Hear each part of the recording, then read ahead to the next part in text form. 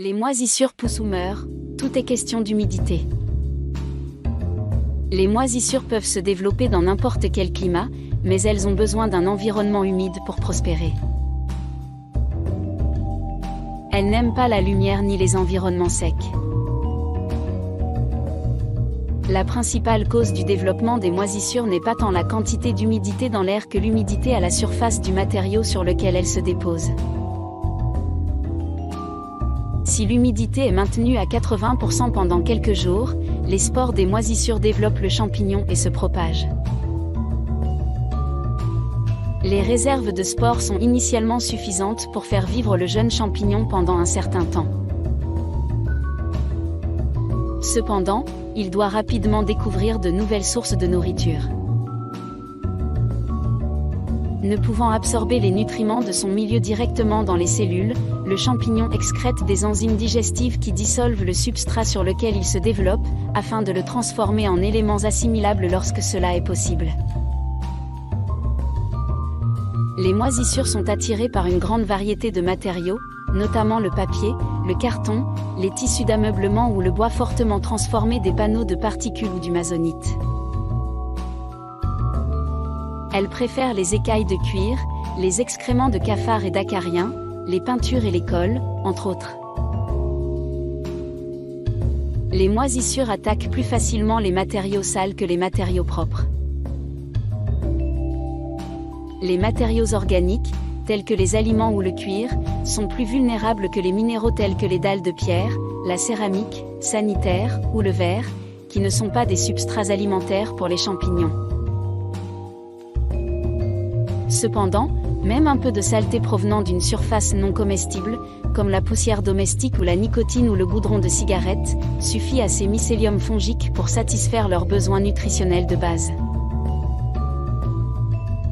Certaines espèces fongiques sont limitées par des matériaux de construction extrêmement alcalins, comme le béton brut, le mortier de ciment, l'anhydrite, sulfate de calcium anhydre ou la chaux. Les moisissures se développent dans un environnement humide et lorsque le taux d'humidité est inférieur à 65%, à la surface des matériaux, elles se déshydratent et meurent. Toutefois, cela ne signifie pas qu'elles sont détruites. Même si le champignon est mort, ses spores survivent. La survie de la moisissure est assurée jusqu'au retour de la prochaine période humide, elle perdure grâce à ses formes de résistance dans les moments difficiles. Les champignons changent pour s'adapter à leur environnement. Les moisissures sont composées de nombreux types de champignons différents.